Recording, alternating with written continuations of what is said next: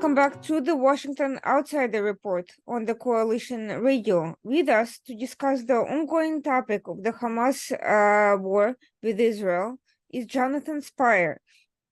He's a well-known writer, analyst, and journalist. He's written about the Levant, the Middle East, quite a bit. He's also reported from Ukraine. And now he's reporting about the situation in Israel and Gaza. He's also a research fellow at the Jerusalem Institute for Strategic Studies, a fellow at the Middle East Forum, and a freelance security analyst and correspondent at IHS Janes, and the executive director of the Middle East Center for Reporting and Analysis. He's written books, he's written many stories, and he's written a number of articles that are directly relevant to the ongoing situation, to the strategic implications of Israel's military response to the Hamas attack on October 7th. And we'll be discussing these developments with him today. Jonathan, thank you so much for taking the time to join us. To begin with... Thanks for inviting me. Oh, sorry? Thank you for inviting me, I said. Yeah. We'll start not with what I was hoping to start, which was your most recent article about the potential for the ground campaign by Israel in Gaza and what that would mean, but with yesterday's horrific incident involving a rocket that hit a Gaza hospital and the psychological warfare campaign that erupted immediately after. The reason why I think it's so important, not only because of the high number of civilian deaths and injuries, not only because all these other incidents erupted as a result, riots all over the Middle East, horrible lies and denunciations by world leaders, media that was less than objective about covering something before the facts of the story came out. All of that was bad enough. But the question is, to what extent could something like that be a turning point in terms of pressure on Israel to, quote unquote, de-escalate, to abstain from the ground war, or in other way, or essentially to hamstring its response to Hamas? Yeah, Irena, well, first of all, with regard to the bombing of the Ahli Baptist Christian Hospital in Gaza City, it was astonishing to note the speed with which major global media organizations chose to immediately apportion blame to Israel. Such organizations as CNN, BBC, the New York Times, nobody hesitated, and all the way down the food chain, so to speak, from there. Nobody hesitated to apportion the immediate responsibility to Israel. And this was very noteworthy, I think, in contrast to the way in which details of the murders of around 1,300 Israelis on October the 7th was treated by media and online discussion and so on, where, if you remember, it's only a couple of weeks ago, but it already seems like a long time ago. But if you remember, in online discussion on Twitter, or X, as we now call it, and so on, advocates for the Palestinian side and the Hamas side spent their time quite productively seeking to bog Israelis and others down in discussions about, well, yes, there were babies who were beheaded, but actually how many babies and of them were beheaded? And yes, they were shot, but were they beheaded? Really an astonishing and nonsensical discussion, but very much in contrast to the immediate willingness to believe the report of the Gaza Health Ministry last night regarding the nature of the bombing and the number of people killed. It was astonishing. And it took some hours, really, until the hours of what here is the morning, because it happened in the nighttime in terms of our clock here in Israel.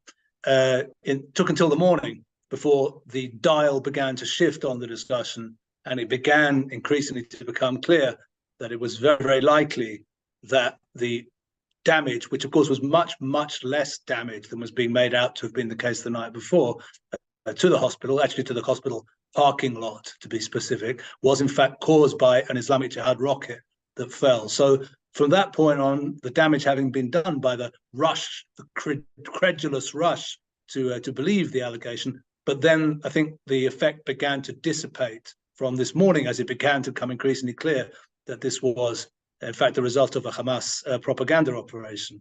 We should remember that the health ministry in Gaza is not a health ministry. It's an organization, it's a body controlled by and created by Hamas, an Islamist terror organization. So when the Gaza health ministry gives a statement, you should understand, we should understand, it is a Hamas statement. It's not a statement by a group of medical doctors or medical bureaucrats or something like that.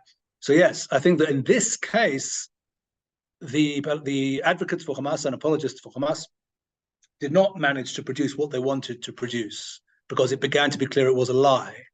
But look, if there is a ground offensive into Gaza, unfortunately, it's perfectly possible that there could be, not deliberately, but that there could be major civilian losses. This is not impossible. This happens in ground campaigns. It happened in the US-led campaign against Islamic State, for example, which I covered closely as a journalist. Thousands of civilians died in the course of that justified campaign to destroy Islamic State.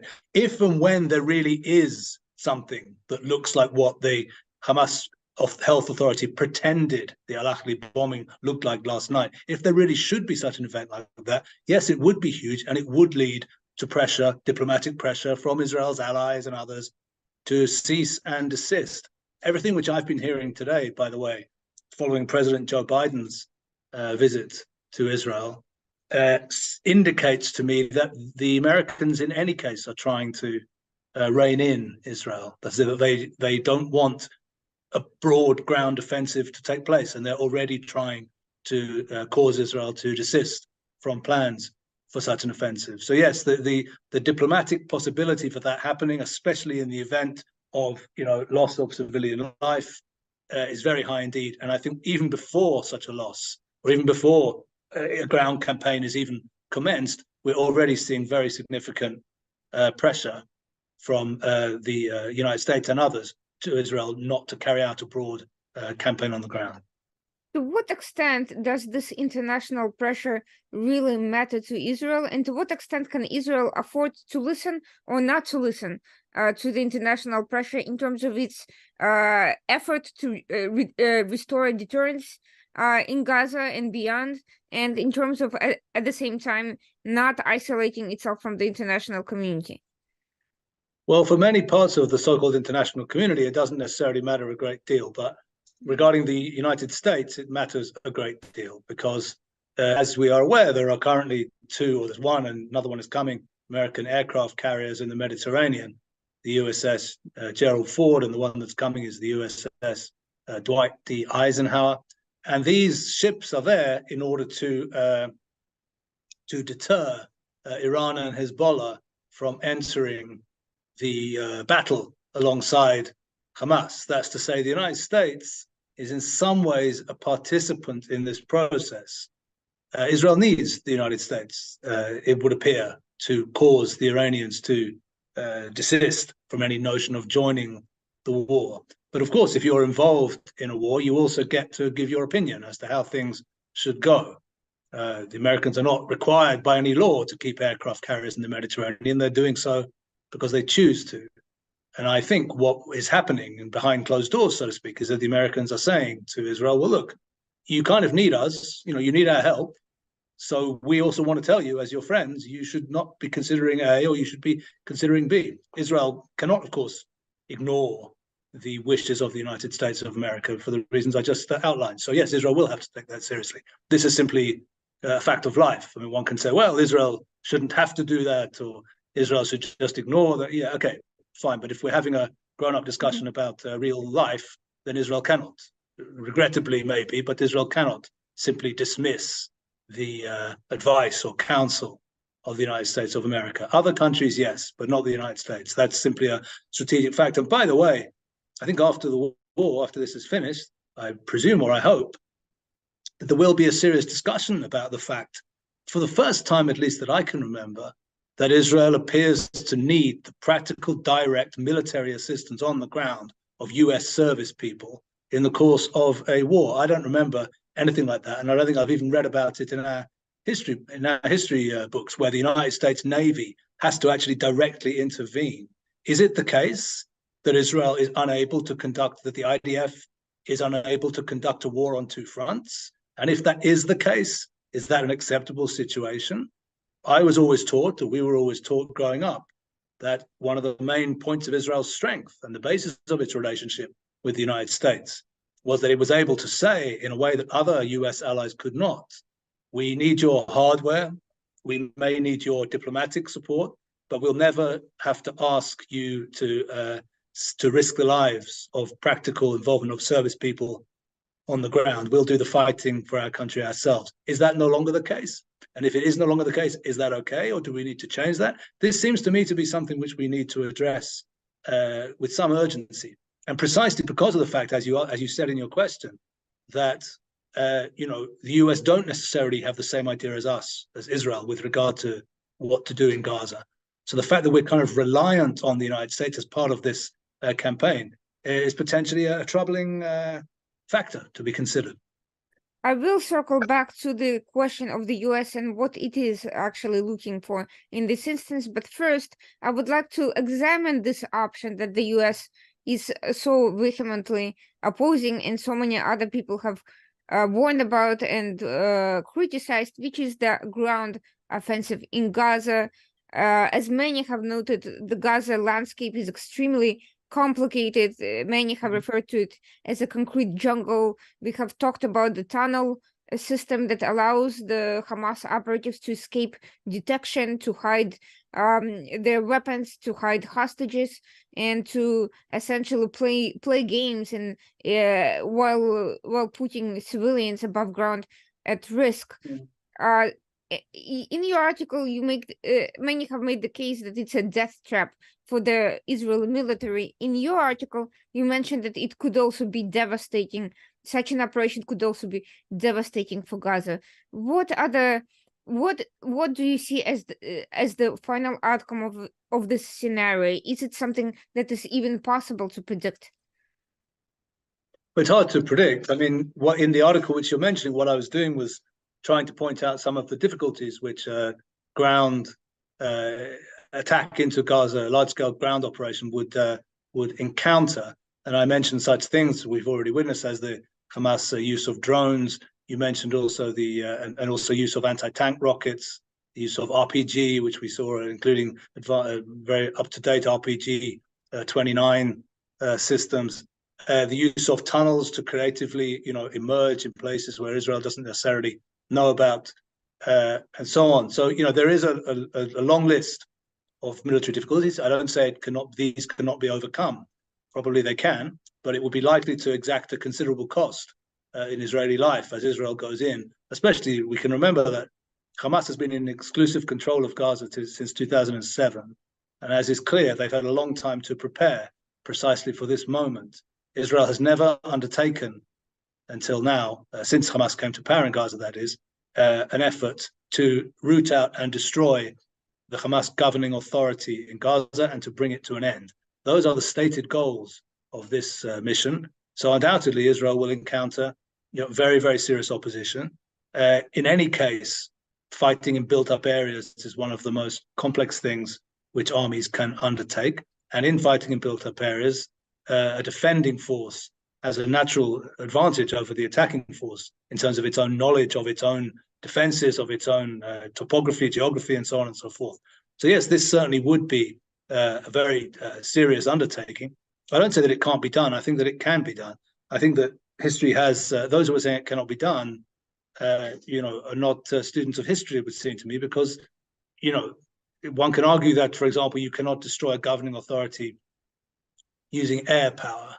This is not entirely true because, after all, the United States, for example, destroyed Imperial Japan using air power. They didn't ever mount an invasion of Japan, or the NATO brought about a surrender of Yugoslavia, of Serbia and Kosovo using air power alone. So air power can arguably produce political results, but certainly ground power can produce political results. History is replete with examples of governments that have been destroyed as a result of military action on the ground. So this is certainly doable from a military and practical point of view. As to what would come next, which of course is an equally crucial question, my own sense is that the Israeli system has not begun to seriously consider this. And that is something which I think is concerning, because there are historical examples where Israel buoyed on by a sense of anger and frustration, has launched ground operations hastily without clear political goals. And these have ended up with disappointing results. The obvious example would be the Second Lebanon War of 2006, where Israel rushed in furious, an inexperienced prime minister rushed in furious about justifiably furious about the murder of a number of soldiers and kidnapping of the corpses of a number of soldiers patrolling the border, but having failed to adequately set out what the goals were of the operation, in the end, 3 weeks of war ended up producing limited results, let's say. So with regards to the end game, with what you want to do after you've achieved your goal and so on, these are all important things. And I don't think Israel, my sense at least, is that the current Israeli government has not yet really begun to seriously start thinking about this. And it needs to do so if it wants to send people into harm's way to destroy the Hamas political authority in Gaza. Very good. But then it needs to know how it wants to replace that authority. Otherwise, things can end simply in chaos and confusion and death of soldiers for an incoherent goal. We certainly don't want to go in that direction. So we need to be thinking about both the military action itself and what comes after. As I said, from what I understand, the Americans are trying to limit the goals or the extent of any ground operation, but that doesn't mean to say that Israel will necessarily be constrained in that way. We can think also of examples from recent history. In Operation Defensive Shield in 2002, carried out, of course, by Israeli Prime Minister, then Prime Minister Ariel Sharon, the U.S. administration of the second President George W. Bush was opposed to the extent of Israel's ground operation, and what we learned from the history books, indeed called the Israeli government, called Jerusalem and Prime Minister Sharon, and tried to get him to desist from the extent of Israeli ground operation. And Sharon ignored this request and continued and brought the operation to a successful conclusion. So it's not that Israel won't necessarily do what it needs to do, even if America is counseling against it. Israel and America are close allies. The Americans do understand Israel's desires and needs in this regard, and we'll see how it goes. But I do think it's very important to also be thinking about what comes after the successful completion of a ground offensive.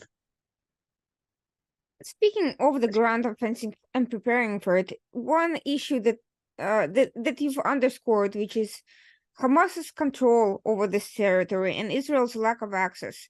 Normally, under such circumstances, an extensive reconnaissance campaign or some sort of intelligence network could facilitate such operations. But given the surprise attack on Israel, is it fair to say that Israel has no possibility of such a network of informants that could help and facilitate its entry into this very complex arena? Well, I sincerely hope that's not the case. I mean, if Israel does not have good intelligence coverage of the Gaza Strip, I don't really know where it would have good intelligence coverage of. You're absolutely right that the attack of October 7th, first and foremost, was a failure of intelligence. And it was an astonishing failure of intelligence on every level, by the way. That's to say, it was a failure of strategic intelligence in the sense that Israel had misread the nature and intentions of Hamas. But in a certain sense, even if Israel had failed on that level, if on the operational and tactical level it had not also failed, it might still have been able to avoid disaster. That's to say, even if the Israeli strategic analysis regarding the advisability of allowing and incentivizing a Hamas Islamist jihadi government in Gaza was wrong, if the operational and tactical intelligence had been there, such that Israel had had sufficient time to notice on the ground the preparations for the invasion, then disaster might still have been averted. But the strategic intelligence failure was compounded by failures on the operational and tactical levels. That's to say, Hamas just managed to keep the thing secret all the way until it began to implement the invasion. So this was an astonishing, I would say, intelligence failure on every level. Does it nevertheless mean that Israel has no intelligence assets inside Gaza and can't listen and can't know what's going on? No, it doesn't mean that. I mean, I think if it meant that, we really would be in trouble. But it doesn't mean that. Israel has been able to invest over the years in, of course, signals intelligence, and I presume also human intelligence coverage over Gaza. And I've no doubt that will and will play a significant role, in terms of creating a clear picture for the forces pushing forward into Gaza if indeed a ground offensive does commence. So without in any way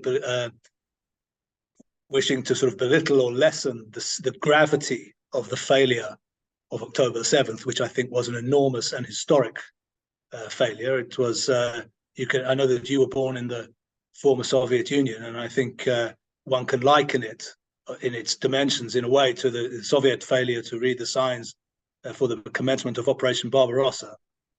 Now we know from looking at that history in 1941, of course, now we know from that history that actually the Soviet leadership had been informed by a whole variety of sources of the impending invasion in June of 1941. And there, the failure was on the strategic level. The Soviet leadership simply refused to believe and was stuck in a conception which turned out to be completely incorrect. I think here in Israel, obviously on a much smaller scale, but nevertheless still very, very gravely, the political leadership was similarly mired, we would say, in a false conception. But this failure on October the 7th was compounded by operational and tactical failures also. Very, very grave indeed. So without any way belittling that, I do believe, nevertheless, in both the Gaza Strip and West Bank, Israel does have, immense intelligence assets, which will certainly be playing a role and are already playing a role, I have no doubt, in preparations for the ground offensive, should it come. Now, this is bringing me back to the question of the United States and various other allies who are weighing in on all of this. For obvious, reasons of the U.S. elections coming up and various other complications, I understand why a ground operation would be, in some ways, a potential PR disaster for the United States. I'm speaking very bluntly here. But what are the other options that the U.S. would have Israel do while also achieving its goals in destroying these Hamas leadership? And is there is that something U.S. necessarily wants to happen? Does it actually want to see the destruction of Hamas? President Biden says in words that he supports that, but practically speaking, is it really the reality? After all, U.S. foreign policy has traditionally been to avoid any possibility of chaos and instability, even if it meant supporting truly horrendous actors. Yeah, my own sense is that, realistically speaking, the only way you can destroy the Hamas political authority is through ground action. And so I think a very large-scale ground offensive, there simply isn't another way of doing it. So if the Americans don't support that, and the impression I'm getting at least is that maybe they don't, then realistically speaking, they cannot really be held to support the goal of destroying the Hamas governing authority in Gaza, because there's no other way of doing it. So anything less than that, what other options might there be which they perhaps do support? Since I do think that the Americans very much, of course, are as appalled and shocked by the events of October 7th as anybody other ally, maybe more so, and would like to help Israel to achieve a significant counter blow. So what else can you do if you decide that you don't want to have a large-scale ground offensive, which means that you don't actually want to destroy the Hamas authority? Well, I think what you can do is you can deliver, of course, a very significant amount of damage to Hamas military capabilities by air action, and then more or less you can stop there and say, well, we've damaged profoundly their ability to hit back at us. So we've taught them a lesson, and now X and Y. Now, realistically speaking, I think anything less than destroying the authority leaves you with something that looks pretty much like that. That, I think, is probably what many in the United States maybe do want. It's clear, at least I don't believe that the United States has abandoned its policy. The current administration, has abandoned its strategy of effective appeasement to Iran. I think that it continues with that strategy and it's committed to it, which means the last thing that it wants is to see Iran getting involved in this or to see a deterioration in the region with regard to Iran. So it's going to try and keep the Iranians out by the presence of the aircraft carriers and then a kind of intimidation of the Iranians saying, listen, don't get involved. The price will be too high for you if you do. And then with regard to Gaza, what you can do if you don't want to destroy the authorities, you can, carry out a military campaign, maybe action from the air, maybe some special forces raids inside the Gaza Strip to punish the room on this or that level, or to destroy this or that weapon system. And then at a certain point, you can begin to de-escalate. That's the other alternative to the destruction of the Hamas Authority. And I suspect that something like that is probably what the US administration wants. Well, that alternative would, while obviously feasible, would potentially be politically disastrous to Israel, would leave Hamas able to rebuild and restructure as it has many times in the past. And it certainly does not resolve the tactical questions of the hostages or of the tunnels that present an ongoing threat to Israel, regardless of this particular operation. The tunnels are not going anywhere. They could be used by anybody at any point in future time. So what has been the sentiment about these tunnel networks and the rescue of hostages been? Is Israel expected to exchange thousands of Hamas and PIJ prisoners for the over 200 hostages currently in the Hamas custody? Well, first of all, we don't exactly know because, of course, no public negotiation, at least, is taking place with regard to the hostages. Everything which I read suggests there is some kind of private channel of communication via Qatar, but at least from what I understand, there is no mechanism in place at the present time for a real negotiation. And at least what we're hearing from the news is that any such early mechanism would mainly be about the release of foreign citizens and women and children not involved in the military, which would then leave the question of Israeli citizens and serving soldiers among the hostages, which is a much longer process. So I'm really, I'm very sorry to say it, but I think we're at the beginning of a very, very long road with regard to the hostages taken on October 7th. In terms of the implications for the hostages, well, I think fairly obviously, a large-scale ground offensive, the implications are, let's be frank, are probably lethal for the hostages. That's to say, if we, I don't suppose Hamas will be taking much care of the hostages if it's fighting for its survival as an authority in an all-out war in a very narrow urban space. So I think, unfortunately, it's very possible that a ground offensive will mean death for a large number of the hostages. At least what we were hearing on the news over the last 24 hours is there is some kind of hope that for foreign citizens and for perhaps some of the women or children, there's some hope that some of them could be released as part of some kind of mechanism prior to the ground offensive. We'll see if any such thing like that happens. But yeah, it's very unfortunate that there is, the implications of a ground offensive are potentially deadly for the hostages. Nobody in Israel, no public figure in Israel could survive politically by saying this. But actually, to some degree, if you're going to have a ground offensive quite soon, what you're basically saying, even though this could never be said out loud by an Israeli policymaker, is, look, we cannot afford to have our national strategy dictated by the presence of hostages on the other side, because if we do, we might as well dismantle the country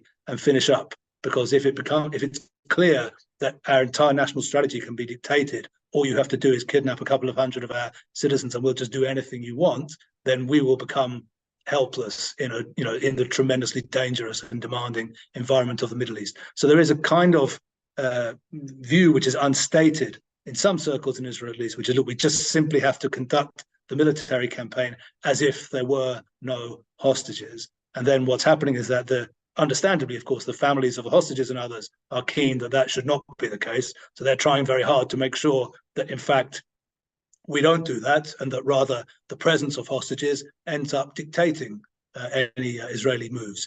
At the present time, I wouldn't want to predict which one of those will win out, because I think there are differing, there are strong views on both sides, so to speak. But yeah, there is a kind of tacit debate on that level going on. Of course, if Israel chooses not to carry out a large-scale ground offensive along the lines as it would appear that maybe the Americans would prefer, then you are able to prioritize the hostage issue. Otherwise, then you could say, okay, well, we're not coming in on the ground. So the implication is the hostages are alive and they're going to be inside Gaza Strip. So then the most urgent matter becomes trying to negotiate their release. If Israel does begin a process of trying to negotiate the release of the hostages with Hamas, then yes, undoubtedly, the price which Hamas will demand will be a very, very high one indeed. of thousands, literally thousands of Palestinian prisoners, terrorists and other terrorist prisoners and convicted terrorists in Israeli jails. They'll be demanding the release of those people. Yeah, that's just the hard facts of life. In other words, what will happen with the hostages is either in the event of a ground offensive, unfortunately and tragically, many of them will die, or if there isn't a ground offensive, a negotiation will begin. And for that negotiation to be successfully concluded, yes, the implication will be the release of a very, very large number of Palestinian security prisoners. That is the situation. And what about the tunnels that have remained a present danger for Israel, because have been used between all these attacks and operations, and will likely continue to do so unless they're destroyed? Yeah, I suppose. I mean, we didn't think about a third alternative, which would be a kind of limited ground operation into Gaza. This is also not unimaginable. So we shouldn't sort of, I think for accuracy, one should not say, well, you either go into Gaza in order to destroy the Hamas authority, political authority, or you don't go in at all. There is an alternative which says, okay, Israel will go in on a limited ground operation, do a certain amount of, I guess, very photogenic damage to the tunnel system, kill a large number of Hamas people, but will then withdraw and allow the Hamas authority, depleted and weakened in its capacities and capabilities, to continue to govern Gaza. One should not rule out the possibility of something like that taking place. And indeed, it's possible that the United States would be on board for that. Would say, yes, carry out a ground operation, hit Hamas capabilities, but then withdraw. So that's also a possibility as well. And of course, yes, as you said, in that case, if Hamas authority is allowed to survive, which I personally hope, I should make clear, is not the case, but if that is allowed to survive, then it would simply, of course, the day after Israel withdrew, begin to rebuild those capacities. And within a few years, those capacities would be up to where they currently are, I would imagine. Anything less than, in terms of clear strategy, anything less than the destruction of the Hamas authority would not really be a departure from previous Israeli operations and from the logic which we know so well as mowing the lawn, mowing the grass. Even if a much larger operation takes place than any of the preceding ones, Operation Cast Lead in 2008 onwards takes place, if the goal of that operation is not to destroy Hamas authority, then it will not substantively be different in nature, even if it's different in scale to previous operations. And it's possible that will be the outcome. Yeah, we shouldn't rule it out. Let's take the best case scenario when Israel goes in for a very long ground operation to destroy the Hamas authority. To what extent will that actually destroy Hamas as an organization, given that despite the fact that there is a number of known key operatives, Hamas has assorted shadow deputies in stores, and its leadership resides outside the country. And its funding is continuing, and its bank accounts will not be affected by any of this. Yes, Hamas as an idea, or Hamas as a political organization, cannot be destroyed by conventional military means. That's right. When we talk about destroying Hamas, what we're talking about is destroying the Hamas governing authority, which can be destroyed by military means. So, a government can be destroyed by an invading army. History is replete with examples of these. But if we're talking about Hamas as a political organization or as an idea, no, it won't be destroyed.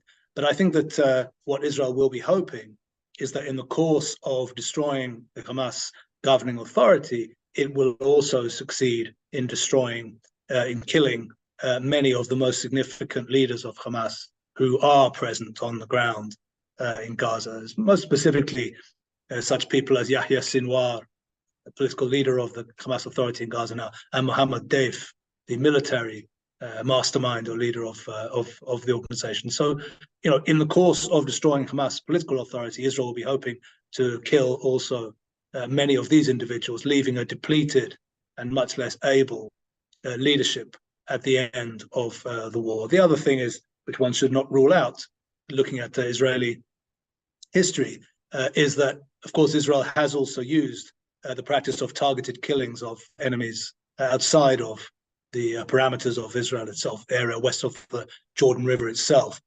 also with regard to the PLO leaders famously in the 1970s, but also much more recently with regard to both Fatah and Hamas leaders targeted killings inside West Bank and Gaza Strip during the Second Intifada period, and even more recently, targeted killings of, for example, strategic figures such as the famous Imad Mughniya, military mastermind of Hezbollah, who was killed, of course, in Damascus in 2008. So one shouldn't rule out also the continuation of the campaign by other means, even after a Hamas authority in Gaza were to be destroyed. But yes, of course, one does not destroy political ideas or even political organizations through conventional military means. Those things can't really be done. But governing authorities you can destroy. And that, I think, is the stated goal which Israel has set itself. Shifting back a little bit to the Iran angle of this situation, there's a lot to be said about whether or not and to what extent Hezbollah will be involved. There are some who believe Hezbollah has no incentive to really engage because it's basically, if Israel has the means to devastate it, it will leave Iran without its significant ally in the region. What is then the role of this much discussed second front of Hezbollah's current minor attacks on the northern borders? What is the real threat here? We have seen also other militias move their forces to the borders, the IRGC in Syria. We have seen Russia escalating training with Syrian officials. We have seen talks about Assad getting involved. What is the reality here? What are the optics? What is Iran hoping to get out of it? And you know, it's very obvious that Iran is masterminding the politics of it, even if it didn't plan the specific operation. Yes.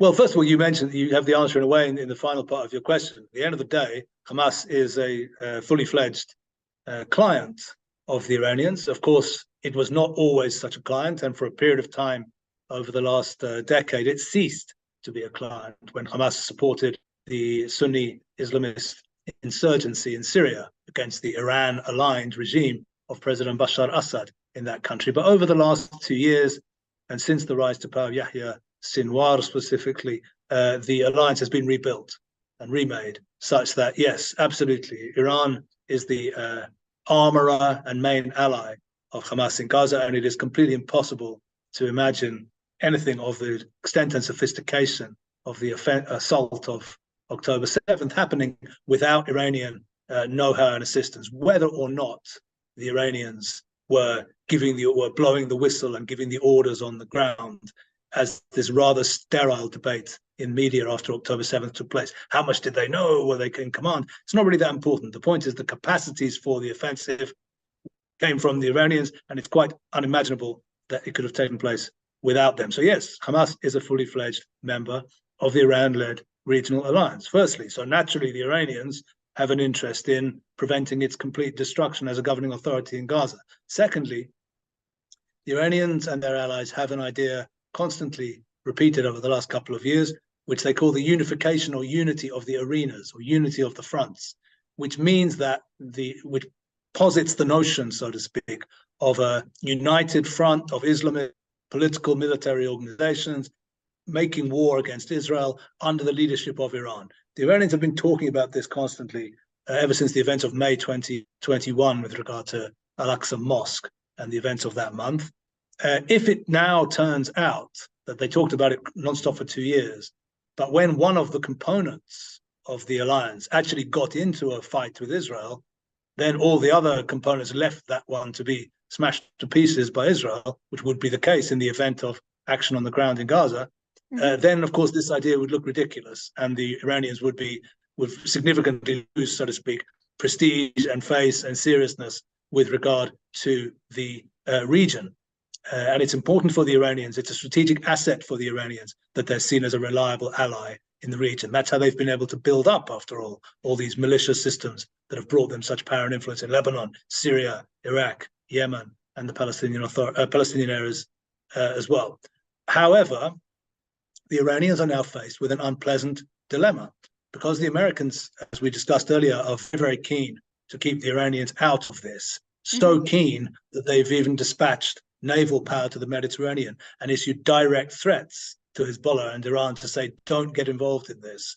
It means the Iranians have to now take very seriously the notion that if they do intervene to help their allies in Gaza. They could be facing a direct military confrontation with US naval and air power coming from the Mediterranean. The Iranians are not in any way ready for that. They have plenty of assets and abilities of their own, but these are not in the area of conventional warfare, and they're certainly not in the area of conventional warfare against the United States Navy and United States Armed Forces. They would be pulverized, and they know it. So they are facing a dilemma, and it's not clear yet which way they will choose to jump. In the event, or I've said it along, and many others as well, that if Israel does not carry out, or for as long as Israel does not carry out a ground offensive into Gaza, it's very unlikely that the Iranians will get involved, because they have, in a sense, no reason to. But if Israel does carry out a ground offensive into Gaza, the temptation would be enormous for the Iranians to get involved, to open a second front, to protect Hamas, and also to issue a very, very serious threat to Israel. They've been talking for years about this war on two fronts. This would be the moment for it. So it's not clear which way they will jump. At present, if we look at the events on the northern border, it seems they kind of have settled for something halfway between. Because if you think about the extent of the attacks in recent days, just today, also just a few hours ago, the latest one, a attack using a Kornet anti-tank missile system against the Israeli position at Moshav Shtula, which the Israelis have then responded to. All this is way beyond the confines of what we've seen ever since the end of the 2006 war. Were it not for the fact that Israel is busy with Gaza right now, the stuff that Hezbollah has already carried out on the border would have led to a very, very grave Israeli reaction. Israel has responded anyway, but it's responded in a much more limited way. The Hezbollah have already overstepped the red line in terms of what would have produced a very major Israeli reaction in the past. So it seems like they're confident, assuming that they don't want to mess around with the United States naval power. It seems they're confident they can kind of play with the situation and increase the intensity of their attacks, but not to such a point that Israel has no choice but to then basically, declare war in response, so to speak, to Hezbollah. It's a very, very dangerous game that they are playing.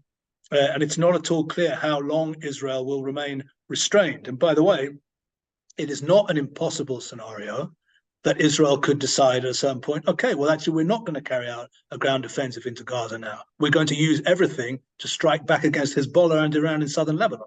In other words, if we can think of a situation in which a large number of Israelis, let's say, were killed, for example, in one of these anti-tank missile attacks, it's possible at that point Israel could say, well, okay, Gaza actually can wait.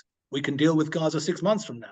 It's not written anywhere that you have to respond to an attack within 2 weeks, or you're not allowed to respond to it at all. There's no such rule. You can respond a year from now. You can respond 6 months from now. So it's not impossible in a certain scenario, the way this could play out, that Israel could say, okay, we've mobilized 360,000 fighters. So we have nearly 500,000, including the regular army, we have nearly 500,000 people under arms now. We can use that to strike a very, very heavy blow against Hezbollah if we want to. It doesn't have to be directed against Gaza. And this is also a possibility which we should be considering, and which the Iranians, the Iranian masters of Hezbollah, should be considering as well. It's not beyond the realm of possibility. That brings me to another point, which is US has been trying to basically whitewash Iran's hand in all of this. Meanwhile, there are reports coming out that there have been Iranian advisors and assorted Iranian Farsi-speaking individuals active in various parts of different operations related to this whole mechanism. If that is the case, if there is relevant intelligence pointing to Iran's direct involvement in any part of this current situation, do you think it's in Israel's interest to release that and publicize that information? What impact would it have on U.S. policy and on the relations with Israel? And how can U.S. continue to balance its ongoing quest for some sort of a political arrangement with Iran and this ongoing scenario? U.S. allegedly froze the $6 billion in Qatar funds. There is no one to actually affirm that that has in fact been frozen or that it hasn't already been emptied. So I'm not really sure where we stand with regard to all of that and all these signs that U.S. information about Iran's direct involvement is false. Well, once again, unfortunately, since Israel if it is the case that Israel has made itself dependent on the presence of US naval power, then it means Israel has to tread carefully in this regard. But I regret that situation if that is the case, because my view is that if there is information, and I suspect there may well be, regarding the presence of Farsi speakers on the ground and so on the tactical level, Israel absolutely should release it, precisely because US, in my view at least, the policy of this US administration towards Iran is enormously misguided. The notion of continuing to push for some kind of for the assumption that this regime can be normalized, can be treated as a normal actor, is contrary to all available reality. And any information in the public space which can put political pressure on the administration to change its strategy towards Iran would be very welcome. Israel has not yet done so, and maybe Israel will be too cautious to do something like that. But I think it would be advisable. I happen to have it on fairly decent from fairly decent sources that even as long ago as 2006, the war in 2006, there were Farsi speakers on the ground assisting Hezbollah. It's never been publicly discussed, but I have it on on trusted authority that this was the case. Israel has always shied away, I think, from trying to exercise influence in the public square in that way.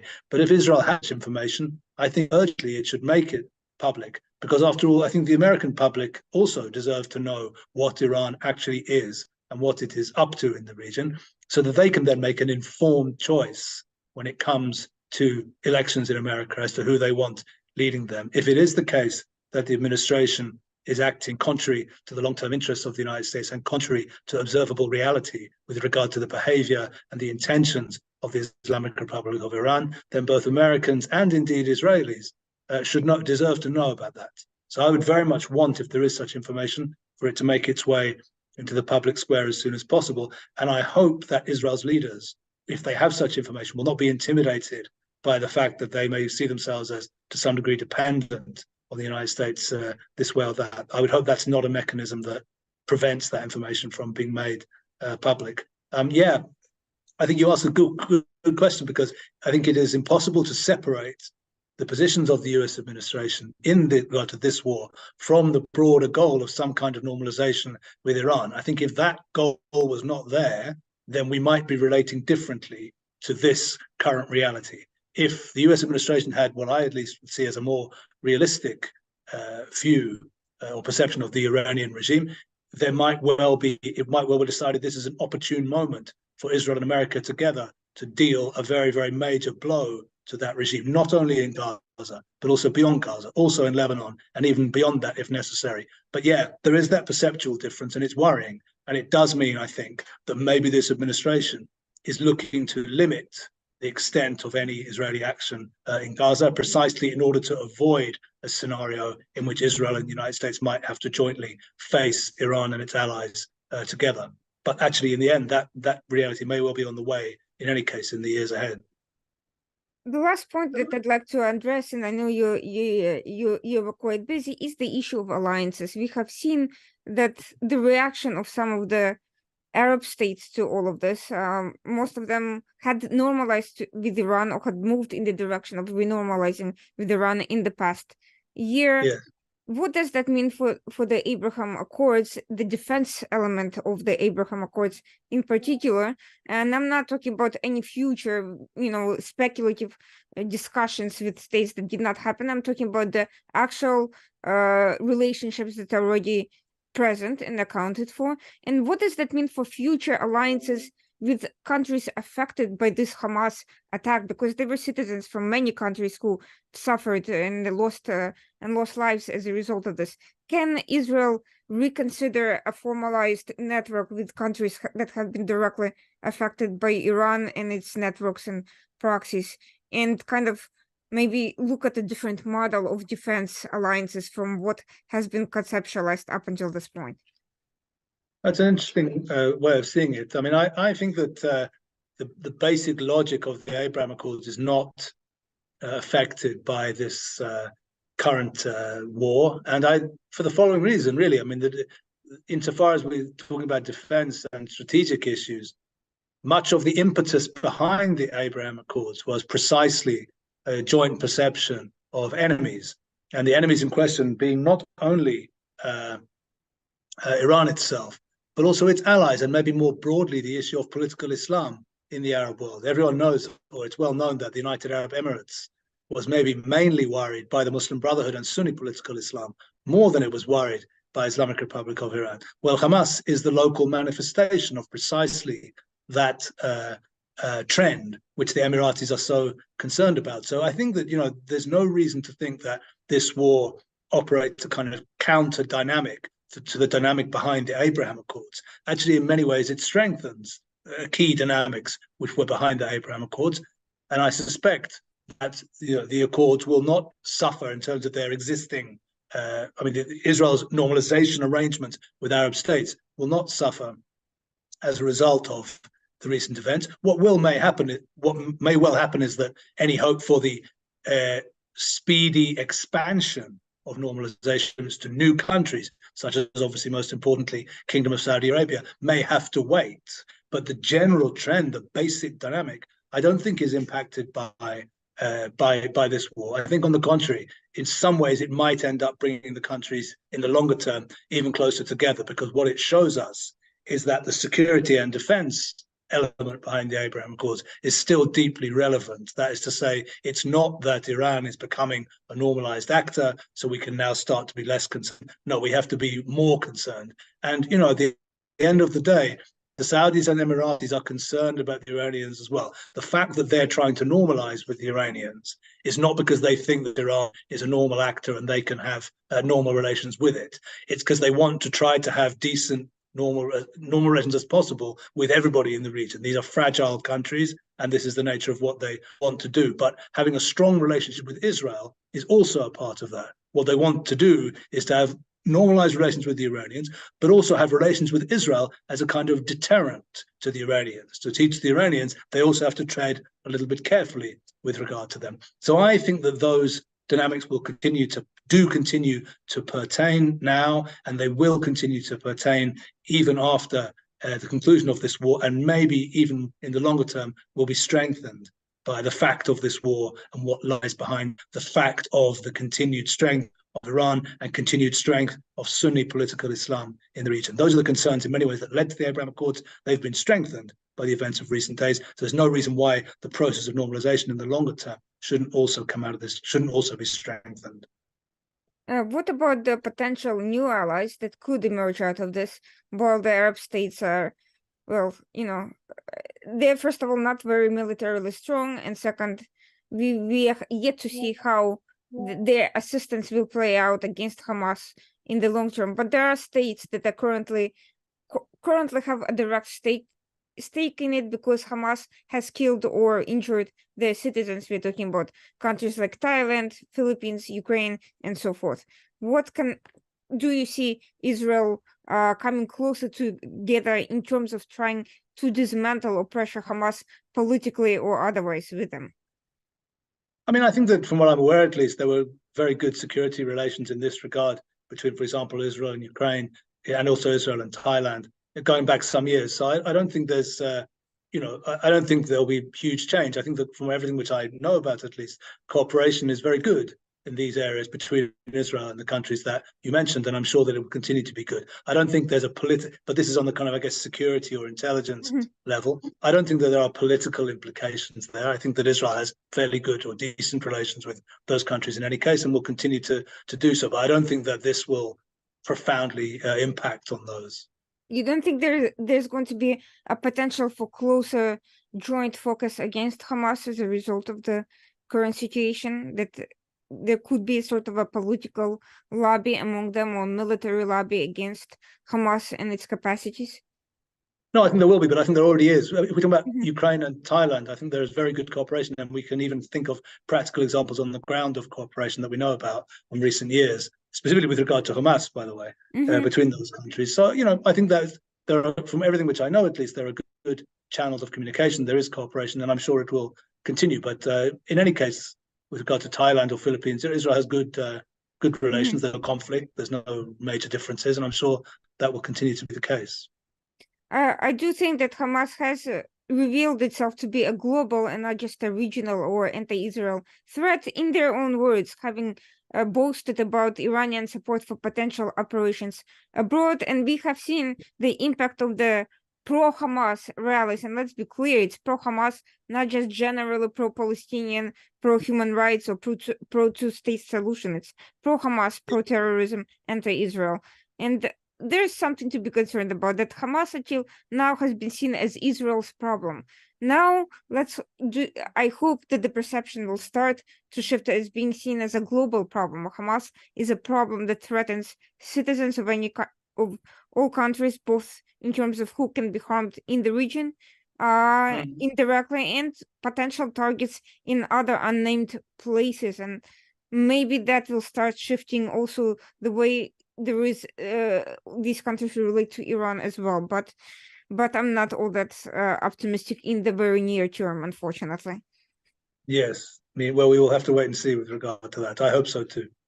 Well, thank you so much for your time. This has been a very thought-provoking and sobering conversation, and I hope our listeners take away from it that the situation is far more complex, that we need to be looking beyond headlines and looking at the very practical implications of every decision Israel has to make in this regard.